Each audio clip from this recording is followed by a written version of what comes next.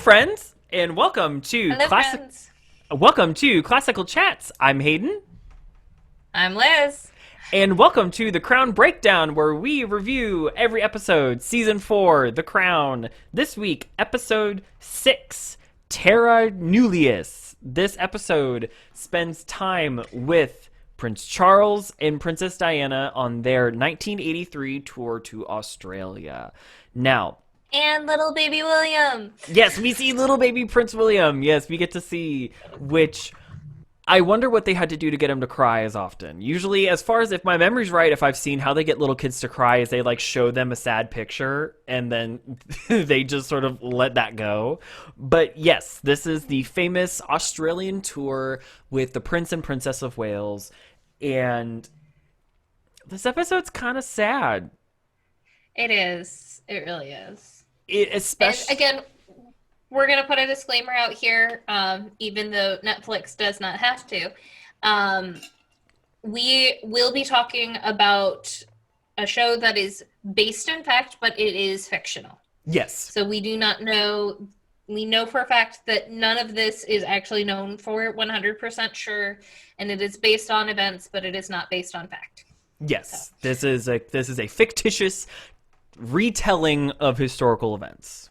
So when we hate on people, we're hating on the characters, character. not the actual people. yeah, very, very, very good. Very, very true. We're not hating on the real life counterpart. We are talking about the character. So Yes. wonderful. So Australian tour. What do we know? What history is there? Well, it happened. There's a lot of photographs. They did go in early 1983. They did go to Australia, New Zealand, similar to the tour that the Duke and Duchess of Sussex went on after their wedding, after they got married and came back from their honeymoon. They went on a similar tour. Granted, they did different things, but they did go to Australia, New Zealand, and that part of the Commonwealth. That happened. Diana did push to have William come along. She didn't want to be separated, but she wasn't the only one advocating. It was a group of people going, hey, it'd be great to have them. She wasn't the only one. So history likes to paint that she was fickle in wanting her kid there, but it actually was a clever PR move and a way to try to unite the couple together. Charles is still with Camilla. However, in both her book, in her own words, Diana, the book by Andrew Morton, and the Netflix documentary Diana in Her Own Words, which is the tapes that Andrew Morton recorded for that book, she does talk about that there were good times in the marriage. There were happy times in the marriage. They weren't completely at each other's throat the entire time. Yeah. This is an example of that. This is a time. Yes. This is where they were okay, but they did leave the tour in history. They did leave in a better place. I understand what Peter Morgan's doing, though. So he takes creative license to which will get there. But that's what we know. That is history. It happened. Diana wasn't the only one advocating for William, and there were, in fact, long stretches of happy times. She does go on record and saying in between William and Harry, she blocked it out because it was not good, but there were happy moments. Yeah. So, episode opens, and it is the election of a new prime minister in Australia. What did you think of that scene? It definitely gets us in the mindset that we are going to be in Australia, and it definitely gets us in the mindset that not everybody in Australia is 100% on board with having the British technically be the rulers of Australia. Yeah. And really just sets up the episode well. And the person coming into power is somebody who is someone who does not believe that that the royal family should have their claim over Australia. Mm-hmm. And he makes a good point. They're not Australian. They're distant away. And it's an argument that's been made for years that at any point Australia is going to leave. And there's conspiracies out that once Her Majesty passes away, both Canada and Australia will leave the Commonwealth. It is I could see that happening. And I could see that happening too because they don't like Charles. No, they don't like the real life Charles. They do not like the real life Yeah. Charles. That is real history. But here, that's what Peter Morgan's telling us. He's painting this story that bigger countries in the Commonwealth that have been there longer, that are more established, that are pretty much independent on their own, can stand on their own. And one thing he brings up early, they're like, we don't need you. We're completely fine on our own. And he brings up, especially when they get there, the cost of the tour. The cost of this tour costs both, not only Australia, but England a lot of money. And taxpayers are paying for that. So he's basically pointing at this general feeling that why do we need them? We're fine. We can thrive more without them. This is costing us a lot of money. Why do we need them? Mm-hmm. And then it jump cuts to, we're back in England, and it is the Queen. She's talking about her advisor. She's talking with the family, and she sits down and goes, hey, I'm thinking about calling Charles and Diana to have a meeting. This is a very important tour. It's been years in the planning. Mm. And there's a couple fun commentaries, fun in the sense that they're discussing it. Mm-hmm. What did you think about this first lunch scene at the beginning of the episode? What did you think of this one? To be honest, I'm not recalling it. So there's a lunch that happens, and this is where Princess Margaret comes and goes. There's been a lot of talk around Kensington Palace because Princess Margaret lived at Kensington Palace. Princess Diana lived at Kensington Palace. The Duke and Duchess of Gloucester lived at Kensington Palace. The Kensington Palace is basically the big apartment complex for the extended royal family. And the Queen's like, what do you mean? And Margaret looks at her and goes, because of the marriage, Princess Diana's not okay. She's bulimic and she's torturing herself because of Charles. This is the talk. Princess Diana's not okay. Yeah. And the Queen is kind of in shock, and they intersplice quick shots of her actually having a purging session. Yeah. And it's, in my mind, I find powerful. We do not know if this lunch actually happened, but the Queen ultimately decides that I need to have a meeting with them.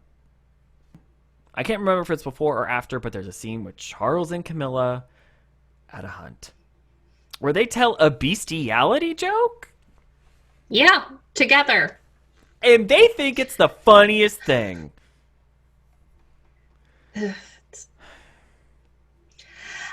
First of all, I find it disturbing. Second of all, it makes me hate the characters even more. And third, it makes me despise them as a couple even more. Mm-hmm. And meanwhile, all their friends are just yakking it up. And they're all laughing at the joke. No one has an issue that this is a bestiality joke. No one has a problem with it. That it is a bestiality joke, but I digress. So Charles and Diana sit down with one of the Queen's private secretaries and the Queen and Prince Philip, and they're reinforcing that this is a very important tour. Yes. They basically say the following things. This is important. Mm-hmm. We did this back in 1954, and it was very successful. Mm-hmm. This is mainly to highlight Charles, because he will be king one day. He will be the sovereign. Hopefully not, but yeah. Mm-hmm. And we hope this brings you two together closer, because we were at ends. It brought us together. Yeah, we were at ends when we started the tour. When we ended the tour, we were in a much better place. Yeah. And they sort of talk shit and completely imply that Diana is the reason why Prince William's coming, because it is true that two heirs to the throne are not supposed to travel together. That is royal mm-hmm. protocol. So if the Queen and Charles want to go to the same place, they have to travel separately. Yeah. Much like, here in America, the president and vice president and important people they all travel separately. So if something happens to one, they still have backup. It's just back up. matter. Yeah, it's a matter of making sure everybody's fine. So Yeah. they're sort of implying, oh, Diana's being fickle. She's implying she needs William there. Blah blah blah blah blah blah blah. Hmm. And then there's this scene on the plane with Charles's staff, and I wanted to punch him so hard. I wanted to punch the guy, but then I wrote in my notes, oh my God, I love Diana the mama bear. Mm-hmm. Because she is having none of it. And it's just like, look at this child. Mm-hmm. He is beautiful, correct? Yes. He is quiet. Yes. Yes. He is all these wonderful things. So why is it an issue? Mm-hmm. It's not. And he goes on and goes, well, ma'am, we've had this tour planned for years. This is a big deal. You are the Princess of Wales. This is what you signed up for. And she goes, yeah, I may have signed up for this, but I'm a mother first, and this is my child, and who will be the king someday. I am here to take care of my child as well as be a wife and to the crown. My duty to the crown is to make sure that I support my husband and support my son. I understand my role as Princess of Wales. Do not come for me. And she puts him in his fucking place. Why is this happening? Why are they being so awful to her? Yeah. And then after he leaves, after Charles's private secretary, because one of the things that she says that really puts him in his place, and she goes, my duty is to be, I'm summarizing here, but my duty is to be a mother, to show him love and compassion, and to be there for him, because he will learn none of that from his courtiers and from those that come around him, and not from you. He's going to learn it from me. Yep. And basically puts that private secretary right in his place. Yes. Absolutely. And then they get to Australia, and Diana is suffering from a whole bunch of stuff. She's anxious because she is away from her son. She's anxious because she's in a new country, and there's a lot of attention. She's jet lagged, and she's suffering from her effects of her bulimia, being she's dizzy, she's lightheaded, she's weak. Yeah. There's a lot of factors going on here that Charles really doesn't necessarily know too much about. And it comes to a head where they replicated this press junket that they do after they get off the plane. William is being, crying because, he's come down from the pressure, doesn't know what's going on, probably tired. His internal clock is thrown off. And there's this press junket. What did you think of this press scene? It's awkward. It's just, I feel bad for Diana because she's not there. She's obviously mentally checked out, which I understand because of all the reasons that you just listed before. And it's just, Charles did not help. No. He just did not help. No, he did not help. But And after this scene, it cuts to he's on the phone with Camilla. And he says, she's pathetic. She's not an adult. She's pathetic. She's weak. How can I get through this without you? You're not as mature as her. She's weak. She's pathetic. And I wanted to slap him. yeah, truly. Truly. Truly. And they get to sort of everything crescendos to like one head here, where they get to Uluru, also known as Ayers Rock, but I believe Ayers Rock is offensive, so I know it should be pronounced Uluru, but when you go on Google, it has both, but I think Ayers Rock is more offensive. So they get to Uluru, and they do this sort of press junket. It's kind of uncomfortable. People are taking photos. They go to climb Uluru, and Diana goes, Charles, I can't do it. I'm dizzy. I'm hot. I'm not feeling well. I can't do it. Yeah. And she then, after he gets off the phone with Camilla, because he hears her yelling at his private secretary, and she goes, I need to see my son right now, because he is there basically over here in Australia, and William is over here. And she goes, I need to see my son. I need to see my son right now. And argument ensues, but Diana gets her way. They go from one side of the country to the clear opposite end of the country, and they see William. Hmm. And then they Yeah. do a little fun press. They replicate another moment in history where they're on the blanket and they're playing with Hmm. William and toys and talking, and they replicate another moment of history. Yeah. But then there's this argument. It's it's uncomfortable to watch, and I I'm somebody who hates arguments. I'm somebody Mm-hmm. who absolutely hates confrontation. I can go into it at a different time, but it's so awkward and so uncomfortable, but so much good comes from it.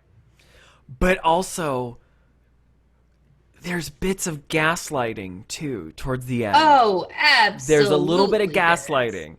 There's a little bit, and it just makes my heart hurt because this episode gives us a taste of what could have been. Yeah. And so Diana puts William down to sleep, and Charles goes, "Hey, is everything all right? Did he go down?" And they sort of have this kind of uncomfortable of, "Hey, he did great out there. He really didn't. He performed well for the press." And Yeah.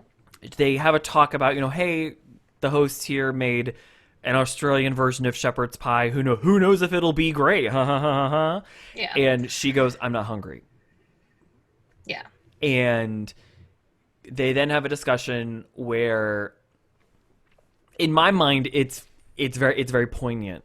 So he tries to defend and deflect about Camilla. We're just friends, blah blah blah blah blah. And we learn that they both have the same issue of not being, they don't feel supported, they don't feel seen, they don't feel Hmm. understood, and they don't feel like the other cares about the other. Yeah. And so they sort of understand, oh my god, we have the same problem, we have the same thing, that we both feel the same thing. And Diana brings up Camilla, and he goes, "She's just a friend, and her husband, Mr. Parker Bowles, we hunt together, we do this, it's nothing." And she basically looks at him and goes, "Oh, no, it is not. I found the Hmm. bracelet. You wore the cufflinks. I found your love letters. I found this. I found Yeah. that." And she looks and goes, "You two are perfect for each other, and you two are happy, so how do I fit in this? I'm trying. Yes. How do I fit in here?" And that, I think, is very powerful. Absolutely. Absolutely. And it's sort He of in then a, just spins it by saying, "I love you." "I love you." And she cries out. She goes, "Why does it feel that you two are perfect for each other, but yet you're married to me? How Yeah. do I fit in? Where do I fit in? How can I be a part of this team?" And he goes, "Well, you do fit in because I love you." Yeah. And I remember watching this with my mom, and she turned to me, and my mom has very animated eyebrows. She can emote very well with her eyebrows, and I Yes. got the biggest just from her, just, and he just, there's gaslighting there. Yeah. And it's not to say that he didn't love her. He did love her. But Diana Yeah. loved Charles in a way that Charles could not reciprocate. Charles Could and not. Diana were Yeah. on different pages of love. And Yes. they come to, and again, they have like an amicable conversation of, okay, we both need support, so we need to show each other support. And then there's a series of vignettes where everything's great. Yeah. They like start to fall in love. Charles ignores Yeah. calls from Camilla. They spend time with William, and you sort of feel that, oh my god, is it finally, This. is history wrong? Could history be wrong? Yeah. Is this the turning point? But Mm-hmm. then at this point, we really start to. They've been doing a lot of things together, and then their kind of duties split. Mm-hmm. And so Charles goes to a polo game while Diana is with a swim. would say water polo team. Those I had men to were guess. hot. That's all I care about. They were attractive. That is, I know I have a boyfriend, but they were hot. That's all I gotta say. They were attractive men. But this is the point where it's just like as Charles is at this polo match, everybody's just like, "Where's Diana? Where's Diana? Where's Diana?" And this is the point where something actually clicked with me the third time I was watching this. And Diana and Charles actually remind me of a relationship that I was in. And the thing that I had learned from that relationship that I had been in is it is very hard to deal with relationships where there are two people who want to be the star of the relationship. Mm-hmm. It is very difficult for there to be two people be the stars. Now, if you are somebody who is willing to take a backseat and let your partner be the star 100% of the time, awesome. If you are somebody who is willing to take turns, that's great. But sometimes there is just one person who naturally will shine brighter, be the bigger star of the relationship in terms of popularity, what have you. And that was Diana. Diana was so infectious and lovely, and everybody just adored her. And she had that star quality that Charles really didn't have. And he, although he did not have that shine that Diana had, he wanted to be the center of attention at all times. Mm-hmm. And he was going to be the king. And he's very much in, this was my tour. This was about me. And you hear the Queen going, we're excited for Charles's tour. This will be great for him. This is always supposed to be Charles's tour. But so this is where Peter Morgan begins to take a little bit of creative license. And what he's painting is this building resentment between Charles and Diana, where the press and people liked Diana more than Charles. And we see that where, as you said, he goes to this polo match and they go, "Where's Diana?" And he goes, "Oh, she's off. She has her own list of engagements today. I'll be with her later tonight." And they go, "Oh," and they start booing him because Diana's not there. And he's taking license to paint this picture that Charles, and they cut in between these scenes. They cut to Princess Anne and the Queen in like a uniform fitting. They're in the Queen's private study. They're doing a uniform fitting because you see all the white lines of where stitches are going to go. And they're watching the news of them somewhere. And Anne goes, "Yeah, turns out everything," basically the punchline is everything we've been critical of Diana, the Australian people love. They love that she's a doting mother. They love that they did this. They love and also the thing that Charles desires, which he gets from the press, they're giving to Diana, not him. Yeah. And so he's painting this picture of this resentment that is building.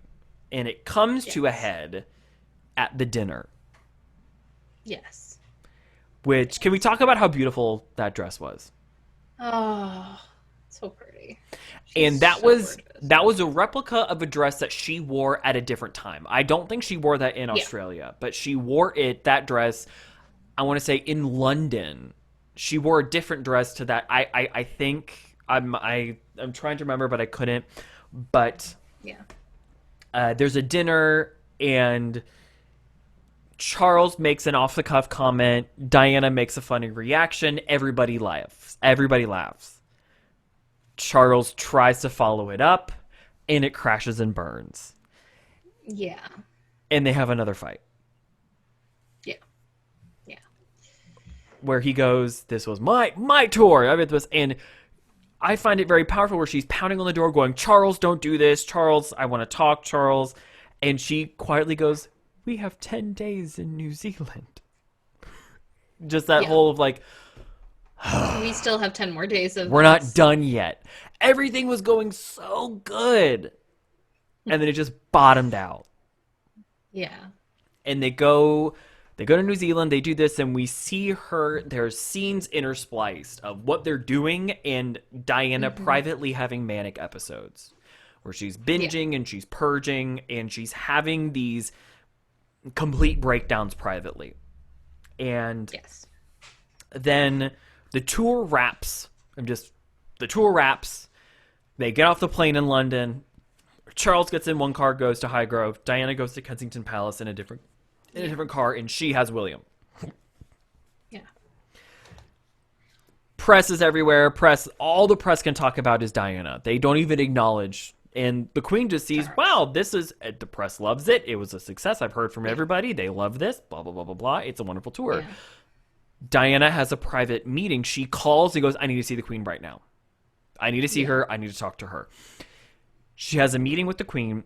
And I find this kind of interesting. On the coffee table is all of the magazines and all the newspapers. Oh, yeah. And she has a meeting with the Queen. Walk us through that meeting with the Queen.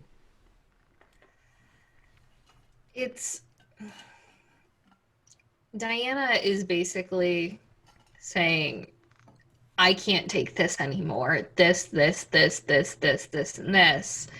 And it's just like, it's almost like the Queen is having this realization of, even though for the monarchy it was successful, on a personal level it was a failure.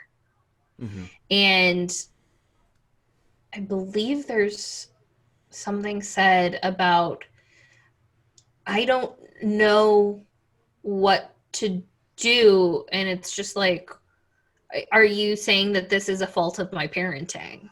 Yes. And it's just like, no. I'm not saying that it's a fault of your parenting. I feel like I don't know Charles and I'm looking for guidance, and it's clear that the Queen can't really give that guidance. Mm-hmm. And so walls come up on both sides, Mm-hmm. and it's not really a productive conversation. Yes, it isn't productive at all. Diana goes to her going, I don't know why Charles resents me. He resents me. He doesn't want to be... And the Queen goes, well, are you enjoying your successes a little too much? And she goes, yeah, I enjoy being applauded and cheered. And yes, I may enjoy it, but I don't get it from you. I don't get it from anybody. I don't need sympathy or anything. I just want to feel like I belong. She just looks and goes, I just want to feel like I belong. And she looks and she goes, well, you do belong. You're the Princess of Wales. And she goes, then show it. I get that approval from the press. That's why I like it. I don't get it from you. And she goes, you're the one that steers this ship. If I get it from you, they all will follow it. That's how this system works. If you approve, everybody else approves. And then she goes, I think we're done here. As you said, walls are up. The Queen locks down and goes, we're done here. And Diana goes, don't you dismiss me. And she described this hug. Desperate on Diana's end. Diana needed comfort of some kind because she was not getting it in her marriage. She was not getting it anywhere in her personal life. And I believe she comes into the meeting calling her mom or something along the lines of that, because that's what Queen Elizabeth has asked her to call her. But they're not to that level of like agreement. And so Diana is just trying to find some comfort somewhere, and it's not coming from anywhere around her. And it's almost like she desperately hugs the Queen just because she is in so much pain. But the Queen is just taken aback by it. Yeah, you can see, I appreciate the wide shot that they do where you see the private or just the palace aide there standing, and off in the distance you see Diana clinging to her, and you see the Queen like hands out like, I'm visibly uncomfortable, no one hugs me. And then the Queen leaves and Diana leaves, and then there's a lunch that they advertise in the trailer for the season. They advertise it where the Queen looks at everybody and goes, the purpose of the monarchy is to adapt, to change, to be what the people need. the people love Diana. I think we should be being, should we be more like her? Should we be supporting her? Should we be doing ABC, what she's outlined? Yeah. Queen Mother, strike one for her in some ways. Yeah. Yeah. She goes, she will give up her fight. This is all just her immaturity. She's young. She will give up her fight, and then she will bend to the expectations that this role calls for her. And Princess Margaret and then Margaret says, comes in. mm-hmm. If she doesn't bend, she will break. And boy howdy, does that foreshadow. Oh, yeah. And then it's just uncomfortable. The queen is recognizing that Diana's path, the way that Diana is behaving in the monarchy, is the future. People are resonating with it. People are reacting to it. She's getting positive marks from the people in the press. But everybody else in the institution is not sympathetic towards it. They're stuck. They've dug their heels in, especially the Queen Mother. Mm-hmm. I've watched documentaries in this where the Queen Mother was, granted, she was not the sovereign. She was never the sovereign. She was the consort. Too. She was the consort. But she still held sway in the family. Absolutely. And we're seeing that. She's digging her heels in. She's not wanting to change. And the episode wraps just feeling really bittersweet. We got to see a happy moment with Charles and Diana. But it was very short-lived. It was so short-lived, and it makes you feel for Diana. That, and then now, in retrospective, you begin to understand why she, in the 90s and why she behaved the way she did. It's a matter of, I looked at you, I asked for help, I asked for ABC, and you didn't give it to me. Terra Nullius. Quite the bittersweet episode. Beautiful. They replicated a lot of history very well. The scenes were great. I wish I could have been one of those extras. They had so many extras. Costumes were great. I love that they're recreating Diana's wardrobe. Not 100% to the T. But still very gorgeous. Beautiful. Very well done. I will say the jewels this season are significantly better than season 3. Season 3 is a dark spot for me because of the jewels and that, it's not up to par. We'll get there. Hayden's favorite thing. Hayden's favorite thing. I know the jewels. It's something that I like to do. Beautiful episode. Closing thoughts. Yep. Closing thoughts for you. Closing thoughts. I feel this is an overarching theme to the season, but my heart is with Diana. Mm-hmm. My heart is with Diana. I feel so sorry for her. And God, I hate Camilla. God, I hate Charles. And that just continues throughout. And again, going back to the preface that we began the episode with, we hate the characters, not the people themselves. Yes. Not the people that they are based on. But there's that glimmer of hope, and then it's gone. And it's just heartbreaking. It's so heartbreaking. It is. This episode is that, I would compare it to a candy that you're really excited to eat, and then you eat it, and then it's disappointing. It's like, I thought this was going to be great. Yeah. I agree with all that. Sad episode, but really gives you an idea behind what is to come. What is to come. There's a lot of foreshadowing in this, especially what comes later on, because now Peter Morgan is doing great. He's laying a foundation for an argument that'll happen in season 5 when we're in the 90s. Yeah. That's what I really appreciate. He's laying a foundation for an argument that'll happen later on. But did we do the thing? We did the thing. We did the thing. So, if you like us, make sure to hit subscribe down below. If you are already subscribed, make sure to hit that bell notification. That way you get notified anytime we upload. We are going to try and upload every Tuesday. Times may vary, but because internet and stuff. You can find all of our social medias and everything linked down below.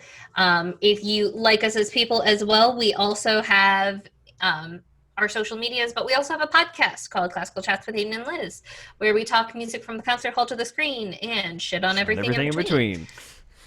So make sure to check us out over there. We are available on most major podcasting networks such as Anchor, Spotify, and Apple Podcasts and Google Podcasts. So make sure to check us out on your favorite streaming, and you can find everything in the links down below. And with that, have a wonderful week and stay royal.